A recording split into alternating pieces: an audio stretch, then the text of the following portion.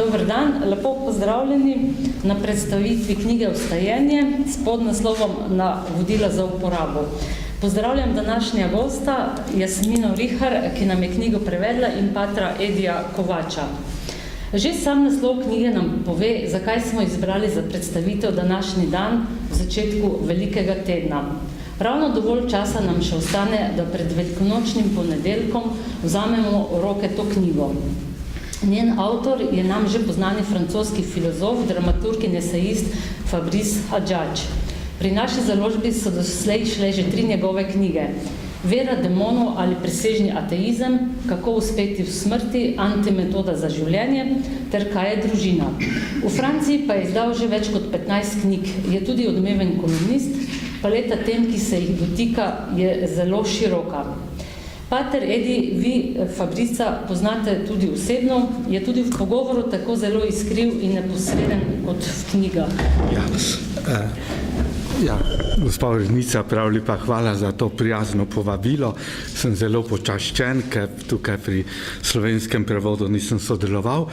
Res pa je, da avtorja, filozofa Fabrica Hadjadja osebno poznam in moram reči, da je to strašno bogata osebnost. Mi smo ga najprej povabili na Katoliško univerzo, Katoliški inštitut Toulouse, da je prav predaval o tej knjigi. Tukaj imam, če mediji zanimijo, francoski izvirnik, ampak moram reči, da je to že druga izdaja in sicer žepnica. Se veste, kako je to pri založnikih, takrat, ko ima knjiga velik uspeh, izide tudi v žepni izdaji. No in rekel, ko nastopi, veste, on tudi tako predava, da ima človek občutek, tako kako je meni dano, da sem tukaj z 2 uglednima gospema, da je človek z njim za mizo, ob kavi. In on nekako predava strašno izzivajoče, zlasti prijetno. No, potem sem izrazil tudi njegovo željo, ker smo ga povabili, da bi predaval o estetiki, je tudi profesor estetike, odlična, poleg etike. No, najprej bil malo v zadregi, ker ga kolega posluša, ampak potem je čez 10 minut pozabil, da sva kolega, da sem tudi filozof, in je bil zopet strašno prijeten, izzivalen. In jaz študentom rečem, leto dni hitro mine, mesec, teden, ampak 1 uro filozofije, koliko je to dolgo, No, pri njem je 1 ura minuta, veliko strašen iskriv mislec. No, ampak kaj želim povedati? Poleg tega stila, veste, njegova predavanja, to je dramaturgija, ste lepo povedali, da je tudi dramaturg, in veste, kako je strašno zanimivo.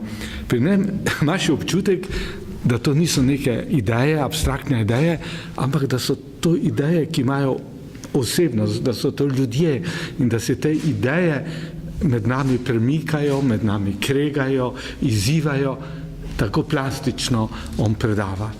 No in rekel, saj bomo največ še prišli na dan o njegovi filozofiji, pa predvsem o njegovi teologiji.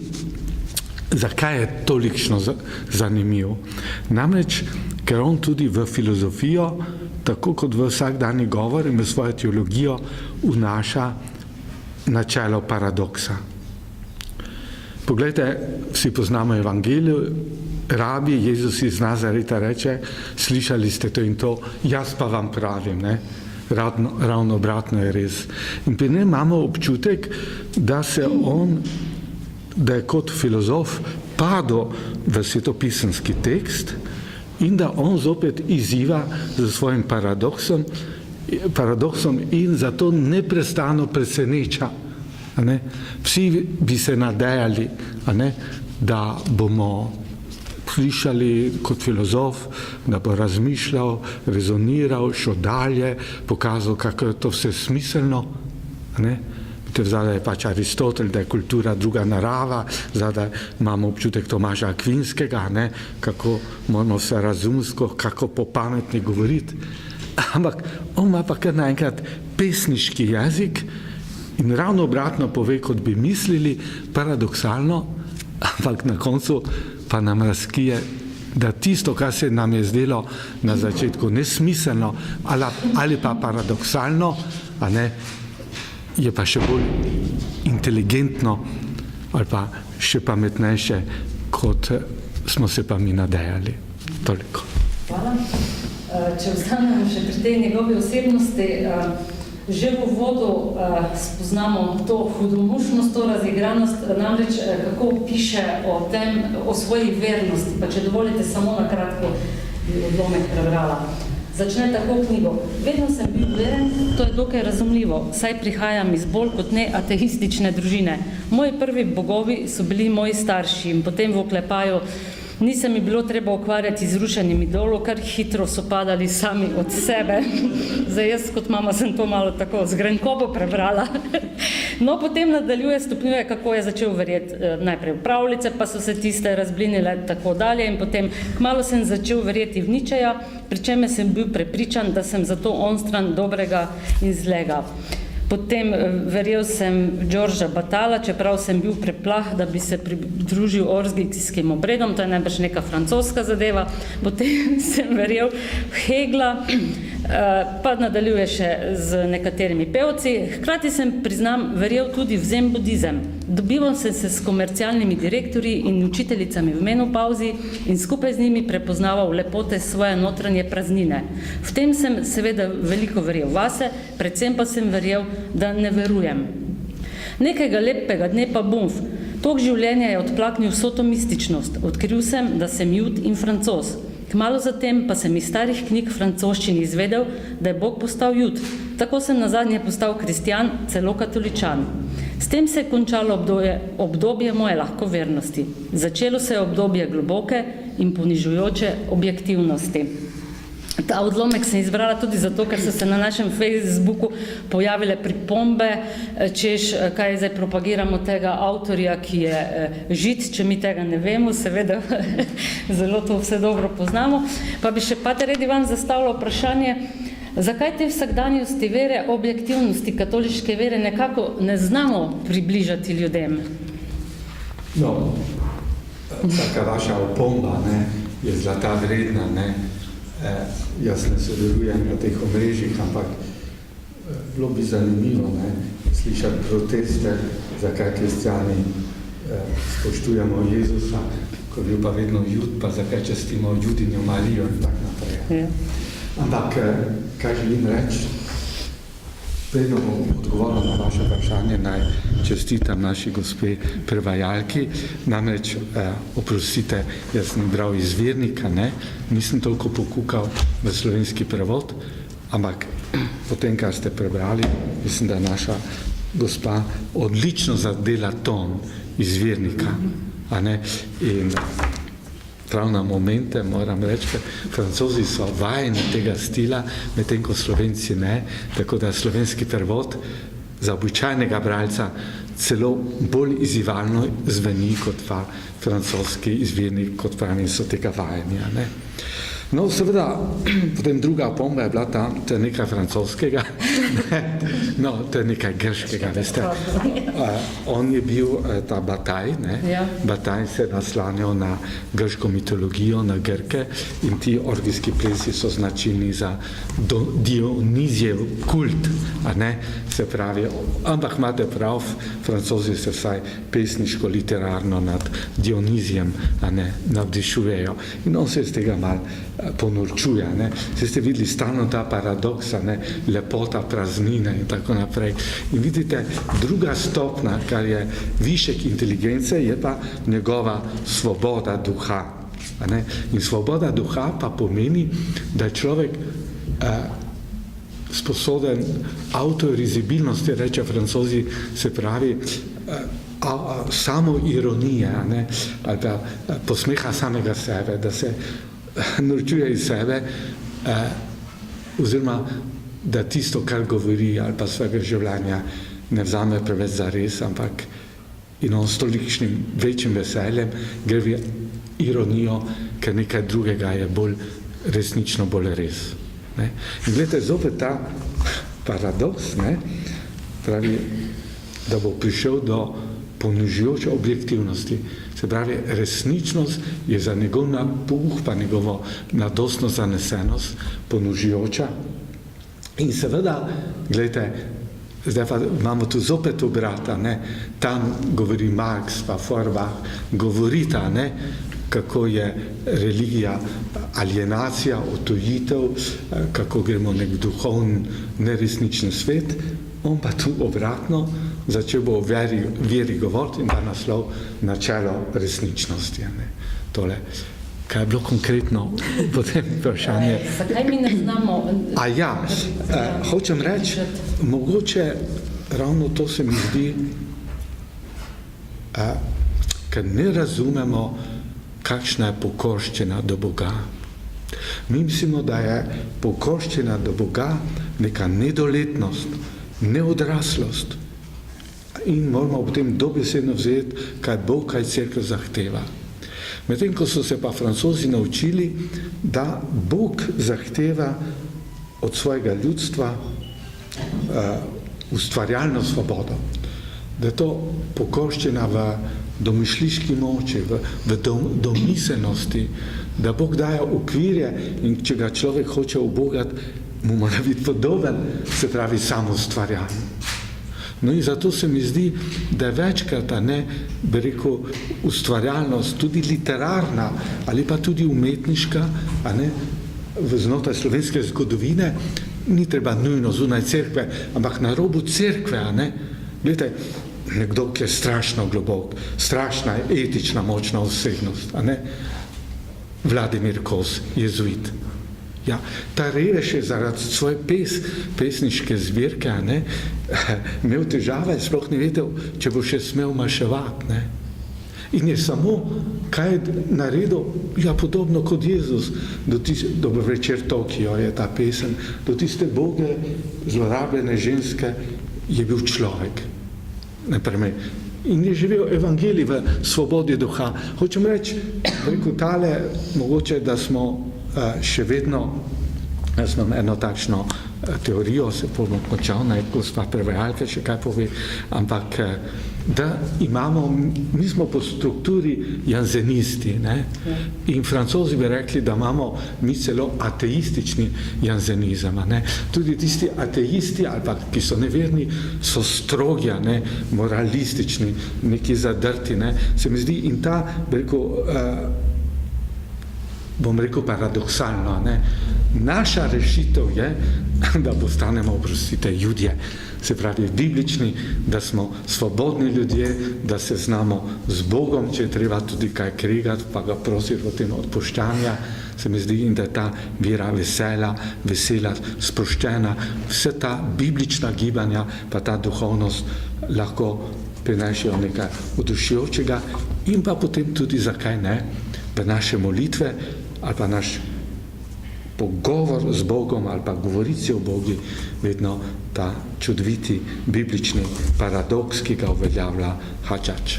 Pa mogoče malo več tega humorja, malo več sproščenosti tu. Ja. Recimo Hadžadž v poglavju, ko grejo žene z mazilom grobo, tudi potem Mir omenja, zapiše citat iz visoke pesmi, pa se pol kar samo ustavi, ker napiše, mogoče za tiste varuhe besede ni najboljši izbor citata. Puritanci ne bi tega prenesli. Ja.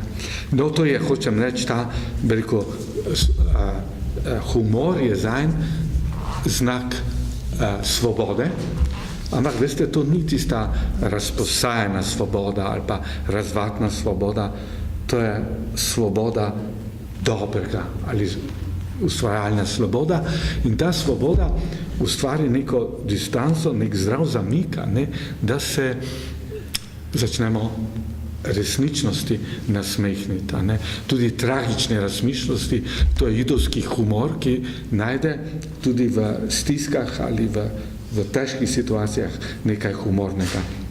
No in v tem duhu se mi zdi, se on ne samo bibličnosti približuje, ampak tudi moj Bog pa snogasno prej. Ja, ok. Pa naj posluša, kaj govorimo.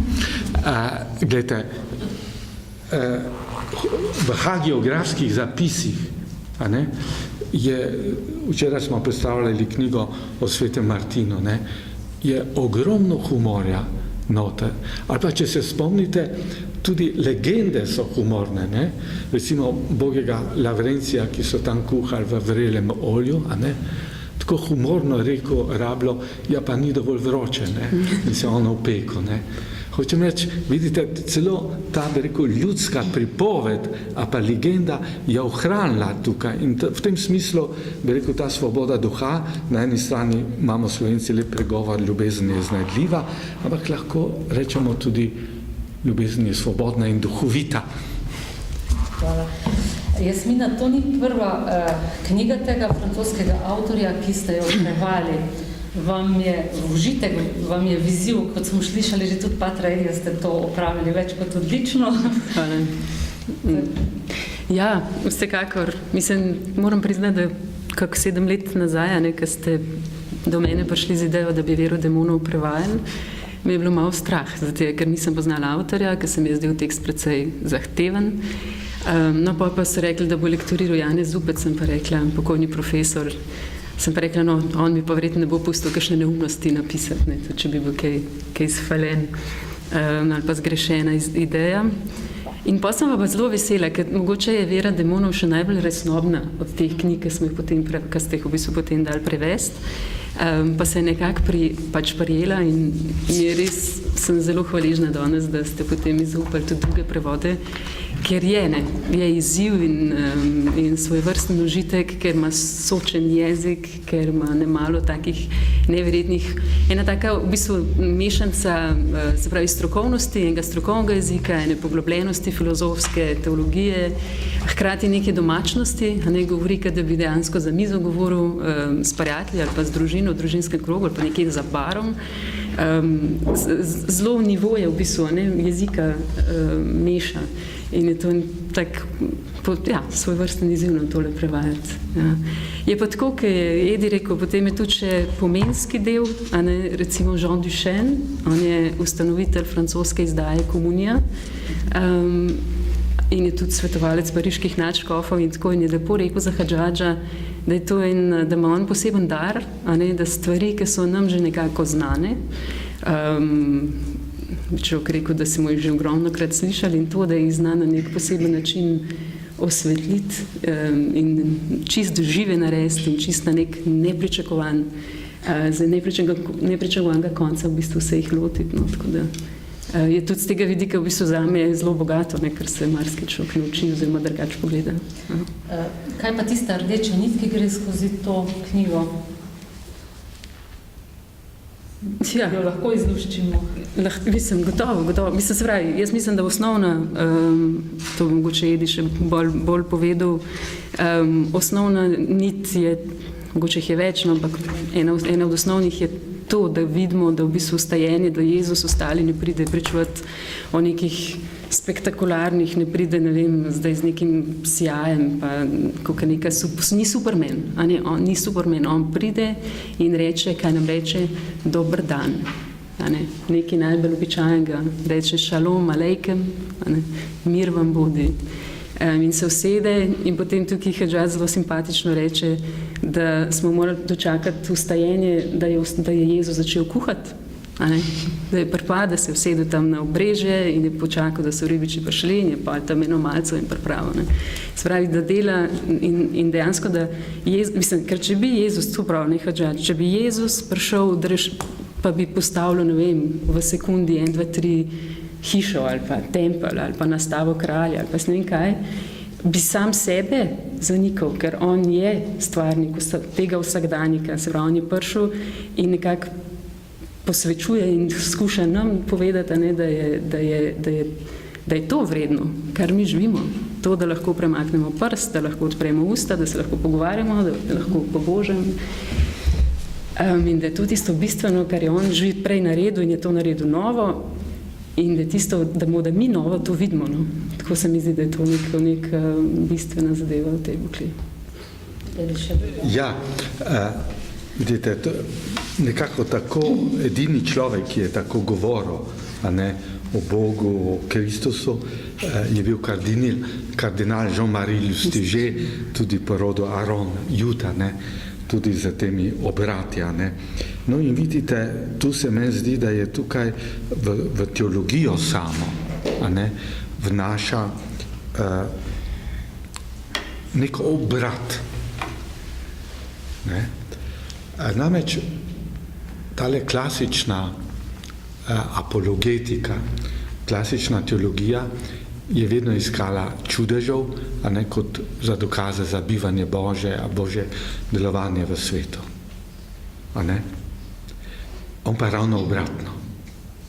Kot je gospa Jasmina Richar lepo rekla, pri njemu sploh ne gre za spektakularne dogodke. In tudi, ko prodava Fabrice Hadžadž, lepo reče, poleg tega pozdrava, reče, fantje, a imate kaj za jest? Ne?